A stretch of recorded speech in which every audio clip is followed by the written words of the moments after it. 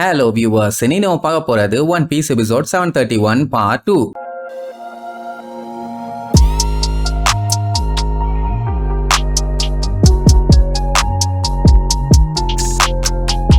Open பண்ணா போன பாட்டுல எல்லாம் படாத பாடு மட்டும் முக்குன்னு முக்கி அந்த கேஜை போட்டு தள்ளிட்டு கிடந்தாங்கல்ல, அதைத்தான் வளைச்சு காட்டுறானுங்க. எல்லாம் எவ்வளவுதான் முக்குனாலும் அந்த மூமெண்ட்டை ஸ்டாப் பண்ண முடியல. இதுல வேற அட்வைஸ், கிவ் அப் பண்ணிடக்கூடாது, நம்மளால முடியும், ஆஹா ஓஹோன்னு. பாத்ரோமியோ எல்லாம் எனக்கு ஜோரோ சென்பாய் மேல நம்பிக்கை இருக்குது, அதனால கடைசி வரைக்கும் நின்று நான் போராடுவேன்னு அவன் ஒரு சைடு முக்கிட்டு இருப்பான், ஜோரோவே முக்கிட்டு இருக்கான். அப்ப மத்தவங்க நிலைமையை பத்தி தனியா சொல்லவா வேணும்? அப்படி எல்லாம் வெறி பிடிச்சு காட்டு கத்தி பிரஷர் கொடுத்து தள்ளதுல அந்த கேஜி மூமெண்ட் ஒரு வழியா ஸ்டாப் ஆயிரும். அவ்வளவுதான், எல்லாம் ஒரு செகண்ட் பயங்கரமா ஷாக் ஆயிருவாங்க. நிஜமாவே நின்றுச்சா, ஓ மை காட்னு சுத்தி முத்தி எல்லா இடத்தையும் காட்டுறாங்க, எந்த இடத்துலயுமே மூமெண்ட் இல்ல. அப்படின்னா இவங்க போட்ட எஃபர்ட் வீண் போகலை.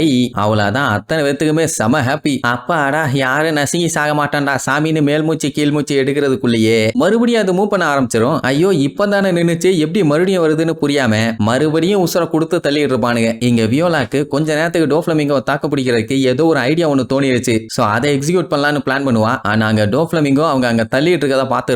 அவ்வளவுதான், அதை பார்த்துட்டு அவனுக்கு கடுப்பாயிரும். இனி என்ன பண்ணுவானோ தெரியல. அதே நேரம் வேடிக்கை பார்த்துட்டு இருந்தாரு கிங்கு. அவரு டேங்க் அவன் இவன் சும்மா இருந்தா எல்லாருமே இப்ப வந்து தள்ள ஆரம்பிச்சிருவாங்க. பயந்து ஓடிட்டு இருக்காங்க இல்லையா, அந்த மக்களும் கொஞ்சம் வந்து தள்ளாங்கன்னா கண்டிப்பா ஸ்டாப் ஆகிறதுக்கு வாய்ப்பு இருக்குது. ஆனா வரணுமே, பிராங்கிலா விடாதீங்க, இதுதான் நமக்கு இருக்க லாஸ்ட் ஹோப், இதை இப்படியே விட்டோம்னா கண்டிப்பா நம்ம உயிர் போறதுக்கு வாய்ப்பு இருக்குதுன்னு எல்லாத்தையுமே நல்லா வெறியேத்தி விட்டு தள்ள விடுவான். டோஃப்ளமிங்கோ இது எல்லாத்தையுமே சுத்தி முத்தி பார்த்துட்டு, ஏன்டா டேய் உங்களுக்கு வேற வேலையே இல்லையாடா, நீங்க என்னதான் முக்குனாலும் சரி முணங்கினாலும் சரி இல்ல இதை தடுத்தாலும் சரி அது வேஸ்ட், எதுவுமே மாற போறது இல்ல மேன், எல்லாருமே காலியாக போறாங்கன்னு சொல்லிட்டு இருப்பான். உடனே வியோலா எந்திரிச்சு, நீ தாண்டா அப்படின்னு நினைச்சுக்கணும், நான் இருக்கிற வரைக்கும் அது நடக்க விட மாட்டேன்டான்னு அவ வழக்கம் போல அவளோட கண்ணீரை பெரிய திமிங்கலமா மாத்தி அந்த திமிங்கலத்துக்கு ஹாக்கி பவரை வர வச்சு அதுக்கப்புறம் அட்டாக் பண்ணுவான். அவன் சிம்பிளா அவனோட த்ரெட்டை யூஸ் பண்ணியே சொருகி மேல தூக்கிடுவான். அதுக்கப்புறம் ஒரு கிச்சன் நைஃப் ஒன்று வச்சிருந்தாலே அதை வச்சுக்கிட்டு டோஃப்ளமிங்கோ அட்டாக் பண்றதுக்கு என்னென்னமோ ட்ரை பண்ணுவான். அவன் கேஷுவலா கையை பிடிச்சி ஒரு பிதுக்குனதுக்கே கத்திய விட்டுருவான். அதுக்கப்புறம் அவன் த்ரெட் எல்லாம் யூஸ் பண்ணி தலையோட பிடிச்சி தரையிலேயே ஒரு அடி, அதுலயே மண்டையில இருந்து ஜாம் ஊத்த ஆரம்பிச்சிடும். ஆனாலும் திருந்தாம மறுபடியும் போய் சண்டையை போட்டு அடி வாங்கிட்டே தான் இருப்பான். ரெபேக்கா பார்த்துட்டு ஐயோ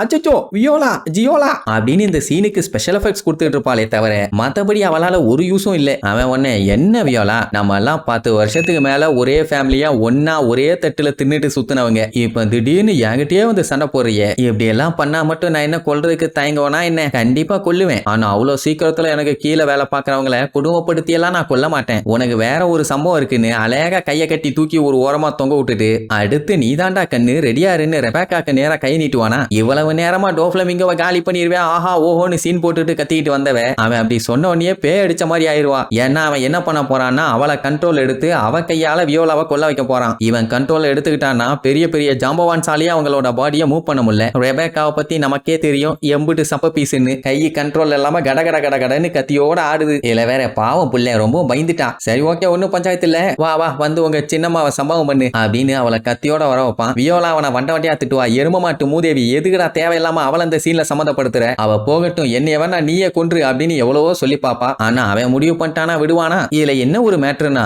இவங்களை வச்சு ஃபன் பண்றேன்னு அவன் டைம் வேஸ்ட் பண்ணிட்டு இருக்கான். லூஃபி வந்தானா இங்க ஒரு பெரிய சம்பவம் நடக்கும்னு அவனுக்கு தெரியல. அடவாமா அப்படியே வந்து நடு மண்டையில நச்சுன்னு ஒன்னு இறக்குனீன்னா வியோலாக்கு பத்தி கொளுத்தி மாலை போட்டு விழா கொண்டாடிடலாம். அதனால அவளை கண்ட்ரோல் பண்ணி வர வைப்பான். அவளும் வேண்டாம் நான் வரமாட்டேன்னு வந்துகிட்டே இருப்பான். அதே நேரம் இங்க எல்லாம் கஷ்டப்பட்டு முக்கி தள்ளிட்டு இருக்காங்கல்ல, இவங்க முக்குற முக்குக்கு பின்னாடி புடுங்கிட்டு வந்துரும் போல.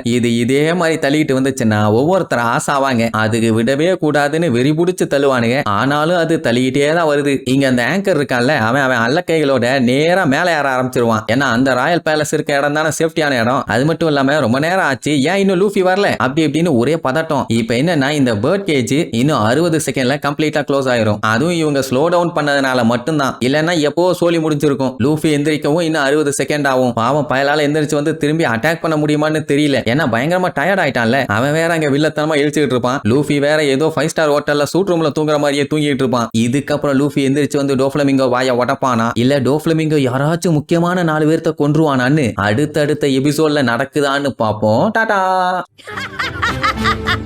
Yeah!